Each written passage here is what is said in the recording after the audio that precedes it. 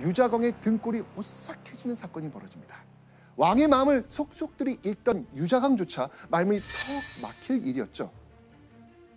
아마 이걸 보고 유자광도 공포를 느꼈을 겁니다. 대체 무슨 일이었을까요? 바로 이 사건입니다.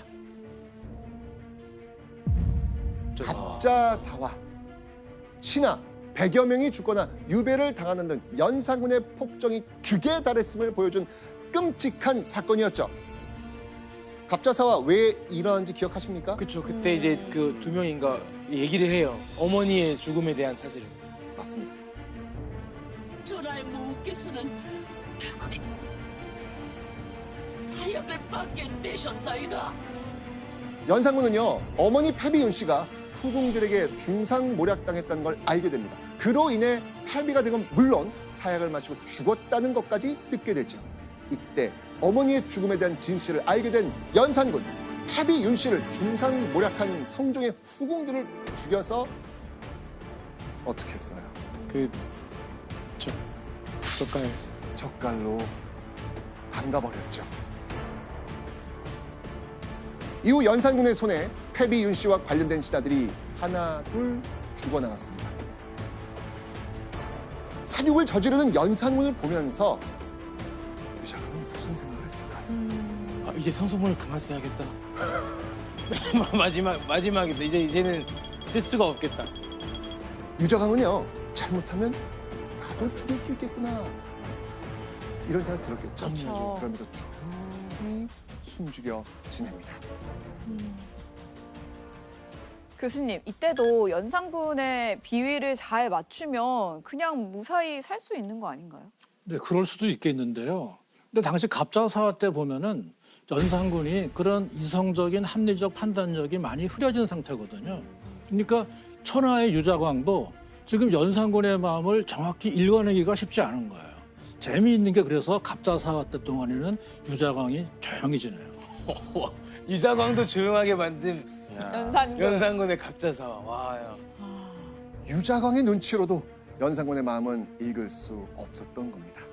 갑자사화 이후 연산군은 완전히 이성을 잃고 폭군 그 자체가 됩니다. 정사는 내팽개치고요, 전국 각지의 미녀들을 불러 모아 술판을 벌였죠. 간혹 바른 말을 내뱉은 충신들은 연산군에게 무참히 살해됐고요, 조선 조정에는 간신들이 득실되기 시작했습니다. 그러던 1506년 9월 2일, 조선 왕실이 완전히 뒤집혀지는 일이 벌어집니다. 무슨 일이 벌어졌을까요?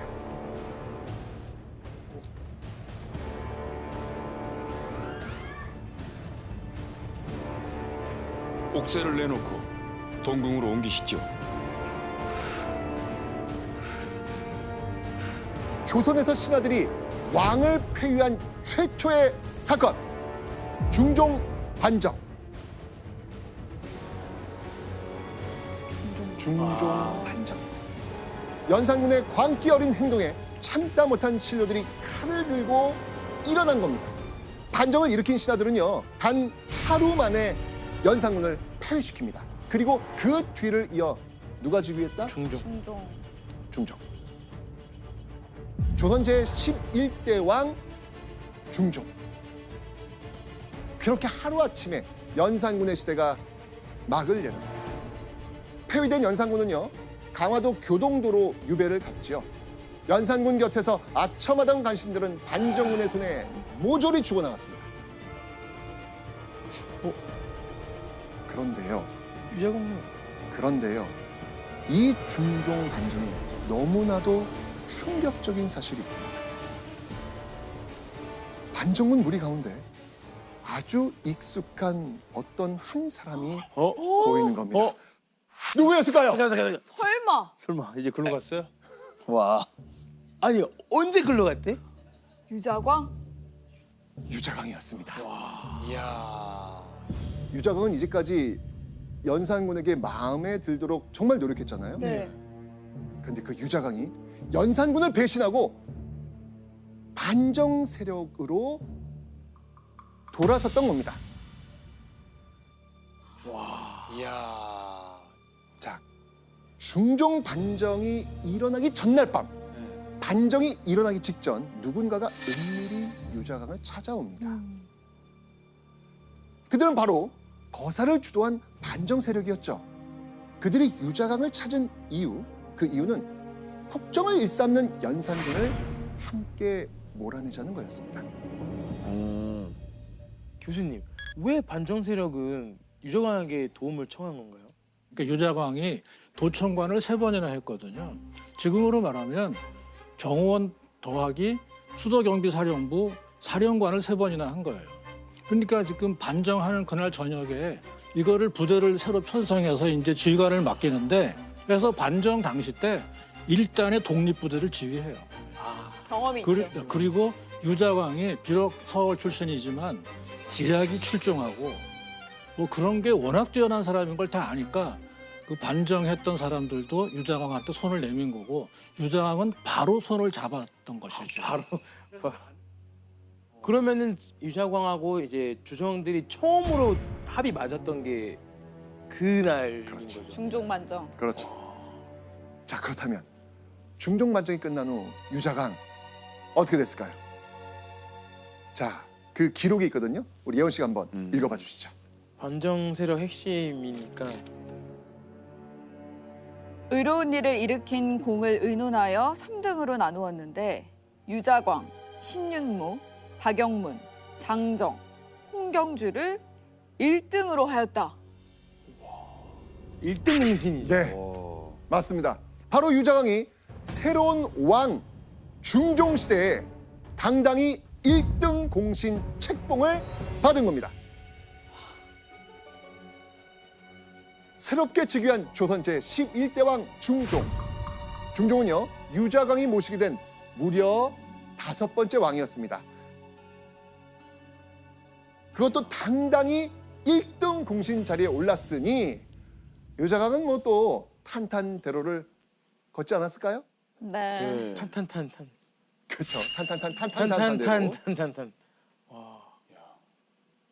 그런데요. 새로운 왕 중종이 들어선 지 불과 몇 개월 후 유자광을 위협하는 일이 또다시 벌어집니다. 다름 아닌 셀 수 없이 올라오는 상소문 때문이었습니다. 왜 그러지? 자, 어떤 내용이었는지 한번 확인해 보겠습니다. 유자광은 서울 출신의 흉사하고 부정한 자입니다. 유자광은 음흉한 도적의 자질을 가지고 간교한 꾀를 품고 제주와 구변을 써서 간사한 술책을 부리는 자입니다. 무오년에 김일손의 일을 가지고 무죄한 사람을 모함하려 폐주에게 함부로 죽이는 단서를 열었습니다. 계속 올라와요.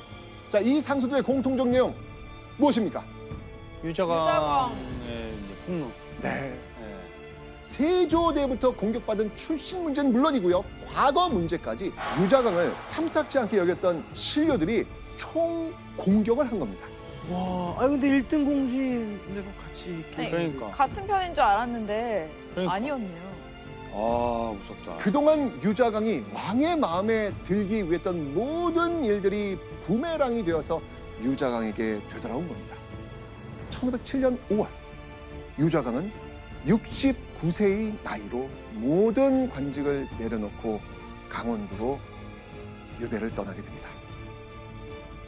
그로부터 5년 뒤 1512년 유자광은 74세의 나이로 죽음을 맞이합니다.